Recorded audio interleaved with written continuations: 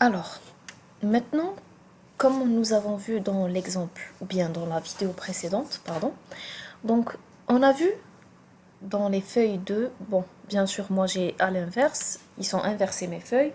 Tiens, ça serait l'occasion de voir qu'on pourrait déplacer. Donc pour déplacer une feuille, il suffit d'appuyer avec le clic gauche de la souris et de déplacer la feuille ici, feuille 1, et après je joins feuille 3, je reste cliqué jusqu'à ce que vous voyez la petite flèche noire qui vient sur le trait à la verticale.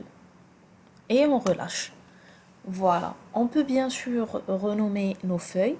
Il suffit soit de faire un double clic pour renommer, d'accord? Par exemple, je vais la nommer data, ou bien faire un clic droit. Et là, vous avez la possibilité de renommer votre feuille. Vous pouvez aussi mettre une couleur pour l'onglet. Ça sert à différencier un petit peu les différentes feuilles, car il y a des personnes qui ont, on va dire, une mémoire visuelle. Et du coup, ça les aide à non pas se rappeler des noms des feuilles, surtout si on a plusieurs, mais à les détecter ou bien les déceler grâce à des couleurs. Donc vous choisissez une couleur pour votre feuille et voilà. Alors, maintenant, ce que je voudrais vous parler, du curseur qui est incrémenté, plutôt la série d'incrémentation qui existe, qui est ici, par exemple, le, le plus noir.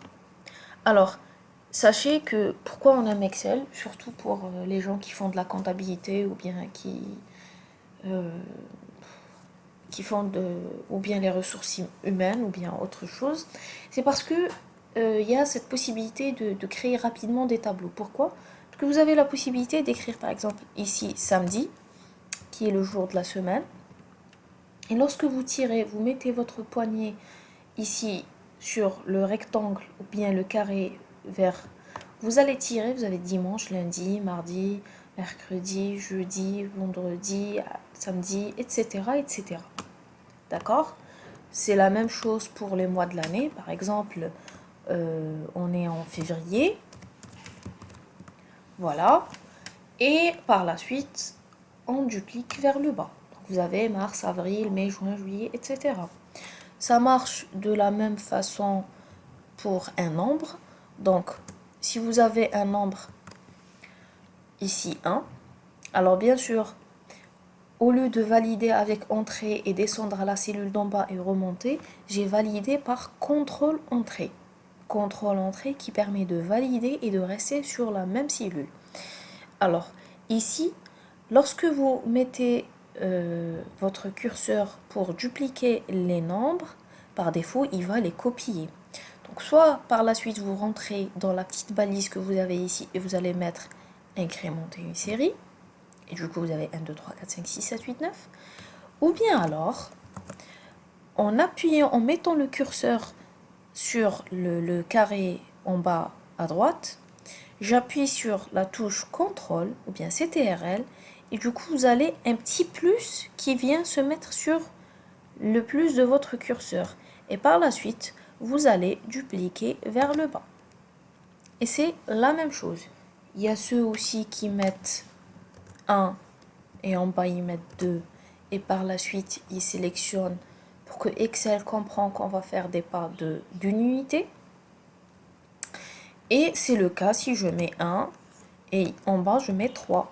Du coup, Excel il va comprendre qu'on va avoir des incrémentations par des pas de 2. Alors, ça marche aussi pour les heures. Par exemple, il est 16h25. Oups. Voilà. Et du coup, par la suite, si je duplique, vous avez 17h25, 18h25. Il est en train de faire des incrémentations par heure. Mais si je veux que ça soit par des minutes, à ce moment-là, il suffit de mettre 16h25, 16h26. Et là, automatiquement, il va faire par des minutes. D'accord? Donc ici, ce que vous avez, c'est l'outil d'incrémentation. Alors, quand il s'agit des nombres, ok, des nombres ou bien des nombres, des dates, ou bien aussi du texte, quand on veut effacer le contenu, sachez que pour les dates et le texte, plutôt pour les nombres et le texte, ça s'efface. Pourquoi? Parce que la cellule, elle est de type standard. Le format de notre cellule, il est en format standard. Mais par contre, quand vous avez des nombres ou bien des dates et des heures, à ce moment-là, il ne suffit pas juste de supprimer le contenu. Car ici en haut, on a toujours le format personnalisé. D'accord? Si je mets 1, regardez, il a mis double 0. Et on a autre chose qui est cachée qu'on verra par la suite. Qu'est-ce que ça veut dire tout ça? Donc, il ne suffit pas juste de supprimer le contenu, mais il faudrait aussi le rendre en standard. D'accord? Donc, pour supprimer le tout, on prend le tout, on supprime grâce à la touche Supr et on remet le tout à standard. Donc voilà, dans cette série ou plutôt dans cette vidéo, normalement, il y avait un petit récapitulatif de ce qu'on avait vu et d'autres notions. Voilà, je vous remercie. À la prochaine vidéo.